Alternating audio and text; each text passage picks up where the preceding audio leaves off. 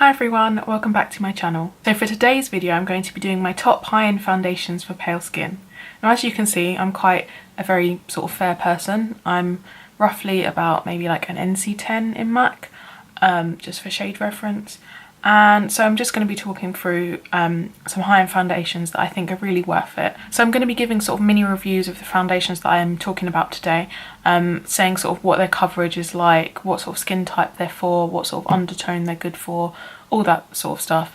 So I think I'm going to be going in the order from sort of the most full coverage I have to sort of a more lighter coverage foundation. So the first foundation I have to talk about today is this Fenty Beauty Pro Filter Soft Matte Long Wear Foundation in the shade 100, which is actually the palest shade that they currently do in the Fenty Beauty foundation.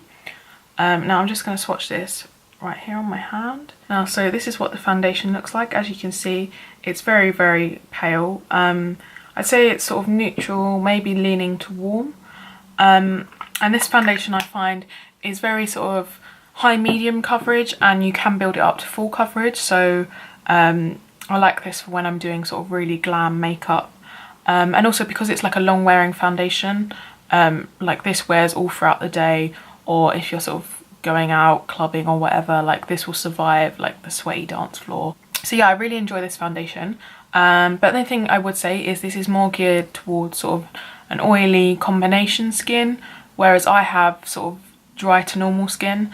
So on this own, this looks a bit too kind of matte and like a little bit cakey on me if I just wore it on its own. So when I wear this, I usually mix it with a very sort of dewy foundation. I usually mix this with the LA Girl Pro Coverage Illuminating Foundation, and then it makes like the perfect combination for me. Or if I don't want to mix it and I just want to use this on its own, I mix in some facial oil, like any facial oil will do, like jojoba oil or like any other sort of facial oil that you have, and then this makes this like really wearable for dry to normal skin.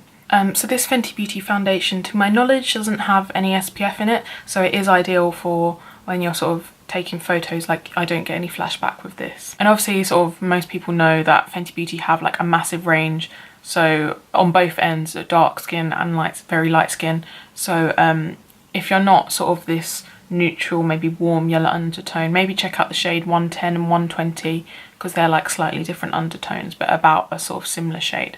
Now the next foundation I have to talk about is actually a stick foundation, and it's this one here, and this is the Makeup Forever Ultra HD stick foundation, and I've got this in the shade Y215. This is like the second lightest shade that they do. So they do I think it's Y205, correct me if I'm wrong, I'm not sure.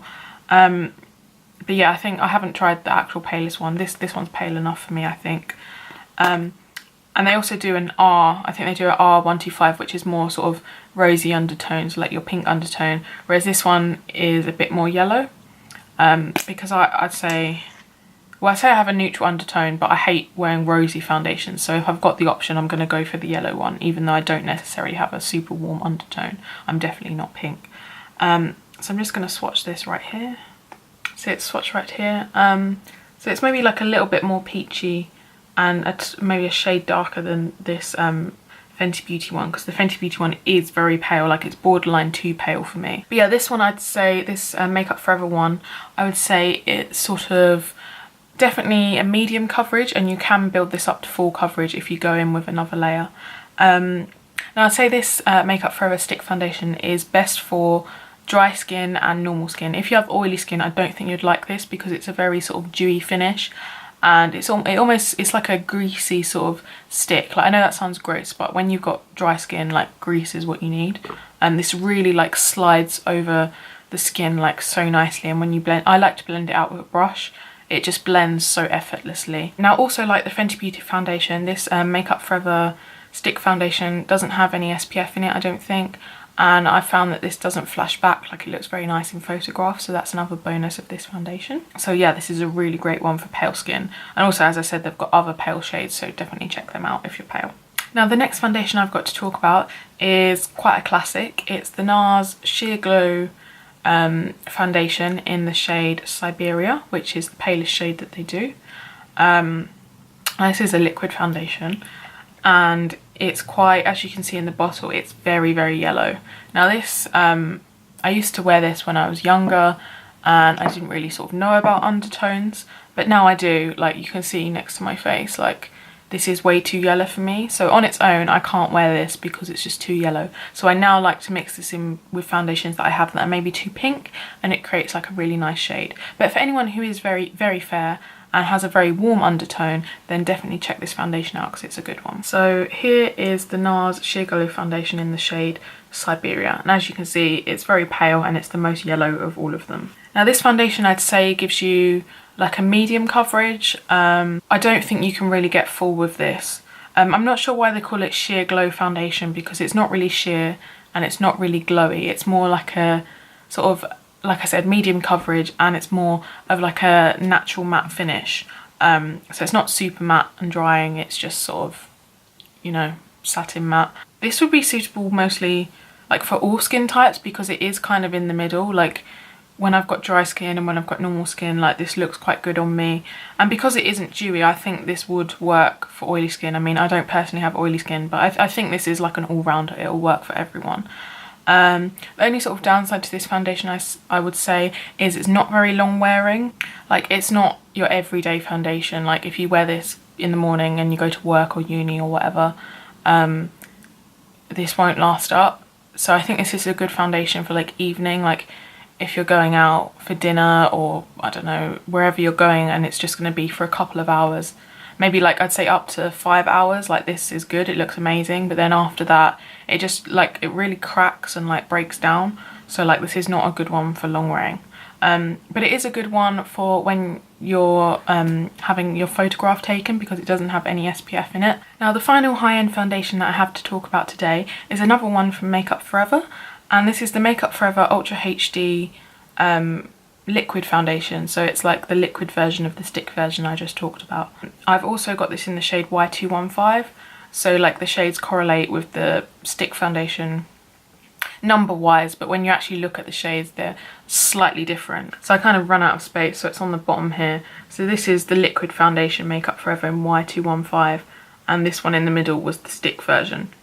So as you can see, it's the same shade number but slightly different shade. Now on my hand, compared to the others, this one actually looks a bit darker and a bit more kind of peachy, which it kind of is.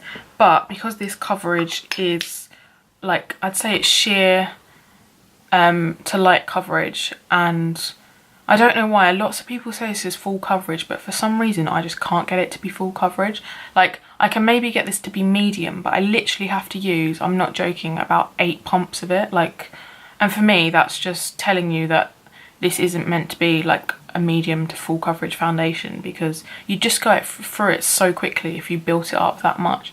So definitely I think if you use like 1 pump of this sheer, 2 pumps it's light coverage, and if you want to use more then go for it. Like it does build nicely, but for me it's just using way too much product to build it up. So I would say this is a sheer to light foundation. Like I said, this isn't the palest one that they do, so if you are fairer than this, because this does look a bit dark on my hand, they do a paler one, and they also do more rosy undertones than this. This one also doesn't have SPF, so it's great for photography because it doesn't flash back. You won't get that white cast in your pictures. And I say this is quite maybe like a dewy finish, so but not as dewy as the stick version is. So maybe like, I don't know, a satin dewy, if that's a thing. So I'd say this is good for dry to normal skin, more leaning normal skin I'd say. Like if you have super dry patches, go for the stick version, that's better. I'm not sure about oily skin whether you'd get away with this. You might have to just like try a sample, because I personally can't comment on that.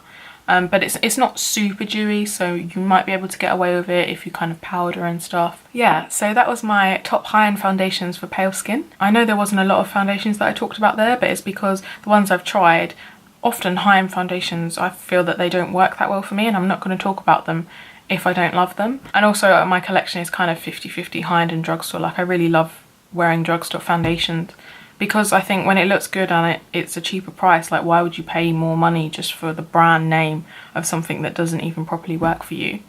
Yeah, so I hope you enjoyed watching this video, and I'll see you next time.